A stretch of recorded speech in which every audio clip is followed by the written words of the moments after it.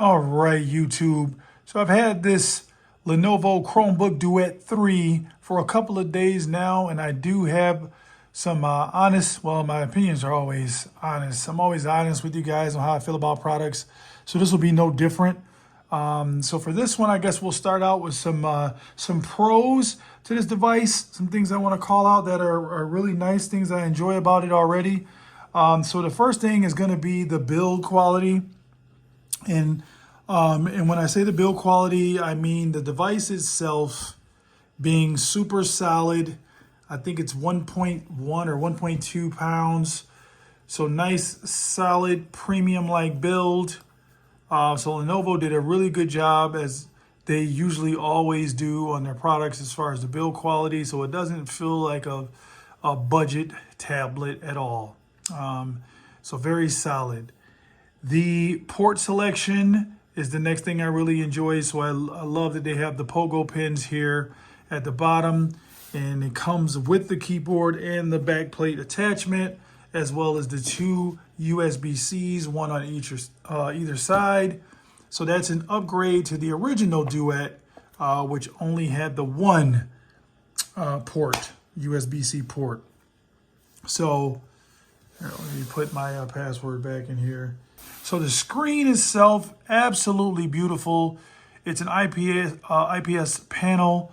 Gets really bright. I believe it's about 400 nits. So really good screen brightness. So you shouldn't have any issues really outside in direct sunlight. Should still work out for you just fine. It's not an OLED panel like its older or bigger brother, the Duet 5. So if you're looking for an OLED panel, which is definitely a better panel, you'd have to go with the bigger tablet. But the screen on this one, excellent screen. I love that they stretched it out to the 11-inch. Give you a little bit more screen real estate to get things done. So good job by Lenovo doing that as well. The battery life is the next thing that I really like on this device. I've only had it for a couple days, but I can already tell the battery life is excellent on here. I'm going to say you probably get, well, depending on your use, I would say you will get at least 10 hours of battery life, which is phenomenal for this little compact device. So excellent battery life, I can already tell.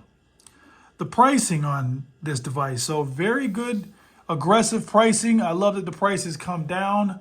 Like I said before, when I first saw the device, it was like $369. It has since come down. I picked it up for like $259.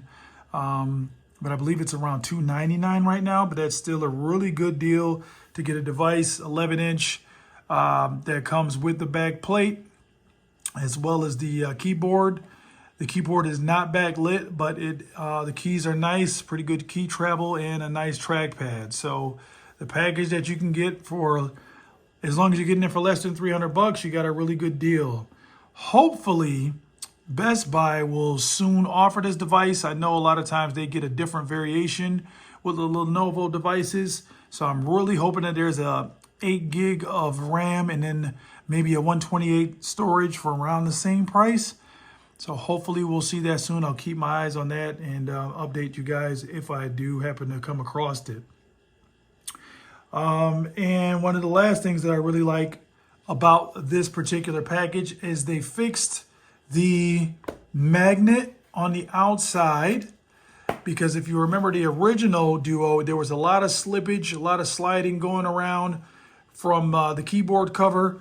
That has now been fixed. So it is a very nice magnet there to keep it nice and tight. So when you carry this device around, you don't have it slipping and sliding around on you.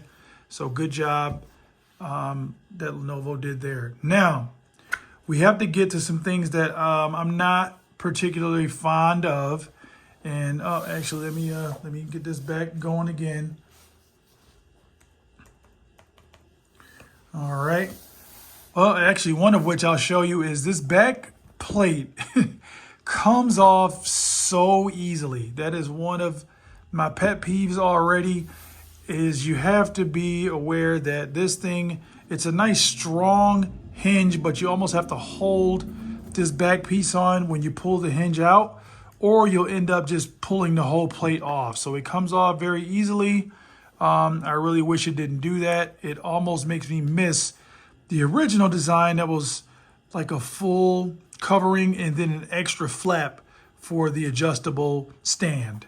But now that it's all one piece, I find that it comes off way too easily. So if you do pick up this device, just be aware of that. Another thing I'm noticing about this hinge is very easy to pop this hinge off where the tablet is not sure if you're trying to go in tablet mode or stay in the Chromebook mode.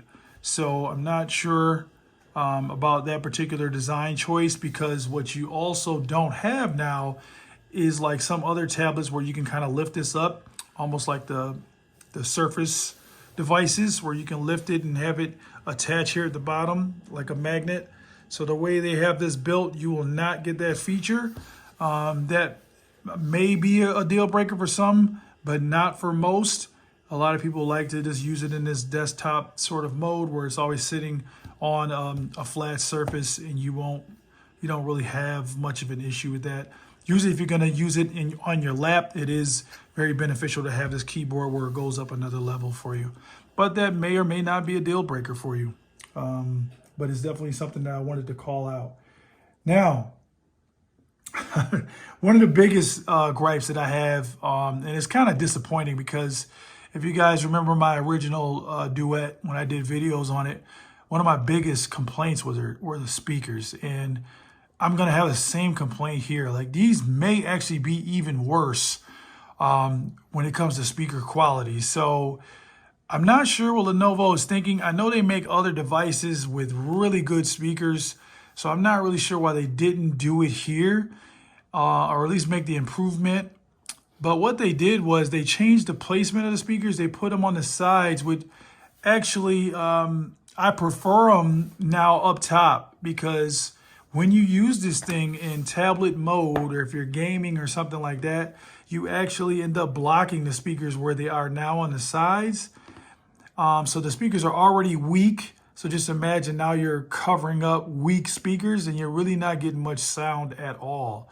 So the volume is not good on this device, which is a bummer. I was really hoping that they would improve the speakers. That's why I was kind of excited in the beginning about it. But the speakers actually sound just as bad as the original, if not worse. So I know there are some other options, guys. I know that you can do the Chromebook, like the extensions for Chrome, to have like a volume booster, but all it really does is makes it tinier. It doesn't really improve the speaker sound at all. So that may or may not be a deal breaker for some of you guys. I know from the original Duet, you guys kind of let me know that you're good with just going with the external speakers or buds. For me, devices nowadays, we're in 2022, they should have some decent speakers. Like, I'm sorry, I don't care about the price point. At least give me some volume on the speakers, even if you don't give me a lot of bass. But the volume is really low on these speakers, so that's kind of a bummer. But outside of that, if you can get past that, if that's not a deal breaker for you, I think this is a pretty good device. The performance has been pretty good so far. I did run my favorite games on here. I did DH5. It handled it pretty well with this Snapdragon Gen 2. I had a few windows open. I didn't see it really bogged down even with the 4 gigs of RAM. However, I do hope that they release a version that has at least 8 gigs of RAM. I feel like they can kind of future-proof the device a little bit. So I'm really looking forward to seeing if there's another variation that drops for this device. But as of right now, I haven't seen a whole lot of lag. When I played NBA 2K20 on this device, there was some lag, I will say that, and some of the touch inputs for gaming. I want to keep my eye on that, but there was some lag there as well. So not as responsive as I would want it to be. But outside of those things, I think it's a pretty solid device, especially if you're picking this up as a little, companion just to get a few things done on the go. You got great battery life, a nice compact design. The keyboard is a little bit bigger now, and it does feel more flush and premium here with the magnets. So not bad of a package. 2 USB-C ports. So you guys let me know in the comments, what is it that you're looking to gain from a device like this? What do you need it to absolutely do for you? So if you can pick this thing up for less than 300 bucks, I would say it may be worth it. Or hold out just a little bit to see if another variation comes out like at Best Buy, and you may get more bang for your buck. All right, this is Yella. Until the next one, peace.